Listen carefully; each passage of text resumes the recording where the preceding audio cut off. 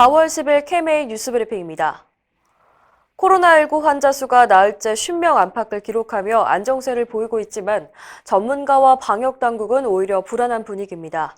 신규 환자는 6일과 7일 각각 47명, 8일에는 53명, 9일은 39명이 발생했는데 이런 감소세는 2주 전에 시작된 강력한 사회적 거리두기 효과가 지금 보이는 것이지 계속 유지될 거란 기대는 할 수 없다는 겁니다. 해외 유입과 학원, 유흥시설 등 위험 요인이 여전히 남아있고 화창한 봄 날씨가 이어지면서 나들이 인파가 늘어나고 있는 것도 사태를 낙관할 수 없게 하고 있습니다. 특히 해외 유입이 문제입니다. 지난 2주간 외국에서 들어온 신규 환자는 564명, 전체 확진자의 약 절반에 달합니다. 여름이 되면 코로나19가 잠잠해질 수 있다, 이런 얘기도 나오고 있죠. 미국 국립과학기술의학 아카데미는 따뜻한 날씨와 코로나19 사멸에 관한 연구는 근거가 약하기 때문에 헛된 희망을 걸면 안 된다고 지적했습니다. 오늘 오전 현재 확진자는 전날보다 27명 늘어난 1,450명, 사망은 4명 증가해서 208명입니다. 조금 전에 해외 유입이 문제라고 말씀드렸는데요. 정부가 외국인 입국 규제를 강화하는 정책을 서둘러 내놨지만 뒷북이라는 비판을 받고 있습니다. 법무부는 어제 외국인 단기 비자의 효력을 잠정 정지하고 한국인의 입국을 금지한 국가에 대해서 비자 면제, 무비자 입국을 제한하기로 했습니다. 해당 국가는 90곳인데 미국과 영국 등은 제외됩니다. 하지만 이런 조치가 늑장 대응이라는 지적이 나왔습니다. 전국의사총연합은 확진자가 넘쳐났던 2월에는 왜 이런 결단을 내리지 않았는지 이해할 수 없다며 뒤늦은 대응으로 10,000명이 넘는 확진자와 200명 이상의 사망자가 나온 책임을 정부가 져야 한다고 밝혔습니다. 전의총은 미국과 영국을 포함한 더 강력한 외국인 전면 입국 금지를 해야 한다고 강조했습니다.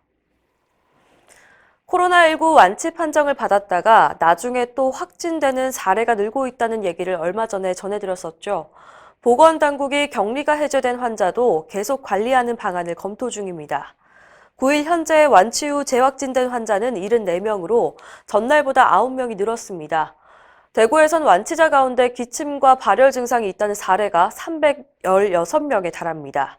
전문가들에 따르면 체내에 바이러스가 아주 조금만 있을 경우 일단 검사에선 완치 판정을 받더라도 실제로는 계속 감염된 상태로 남을 수 있습니다.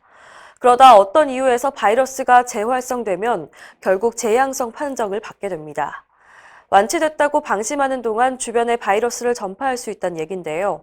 보건당국은 완치 환자에 대해서도 자가격리를 강제하도록 지침을 보완하겠다고 밝혔습니다. 코로나19로 손실을 입은 병원 146곳에 손실보상금 1,020억 원이 지급됩니다. 보상금이 확정되기 전에 잠정적으로 산정해서 미리 주는 계산급 형태로 지급됩니다. 정부나 지자체 지시로 병상을 제공한 국가지정병원과 감염병 전담병원 104곳, 또 정부 조치로 폐쇄하거나 업무 정지된 병원 53곳이 1차 지급 대상으로 정해졌습니다. 5억 원 이하를 받는 병원이 84곳, 10억 원 이상은 38곳입니다. 이번 손실보상 대상에는 동네 의원이 제외되는데요. 정부는 확진자 발생으로 문을 닫은 의원급 의료기관에 대해서도 우선 보상하는 방안을 검토하겠다고 밝혔습니다. 코로나19 사태를 계기로 공공의료를 강화해야 한다는 목소리가 높아지는 가운데 대한의사협회가 우리 실정에 맞는 공공의료 시스템 구축에 나섰습니다. 의협은 9일 공공의료 태스크포스를 구성하고 앞으로 공공의료의 방향성 설정과 사업 모형 제시, 공립병원 의료인력 확보 방안을 마련하겠다고 밝혔습니다.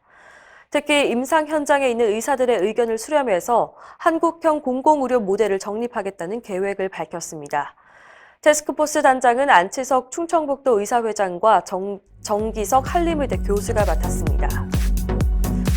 이상으로 뉴스브리핑을 마칩니다. 자세한 사항은 의협신문을 참고하시길 바랍니다.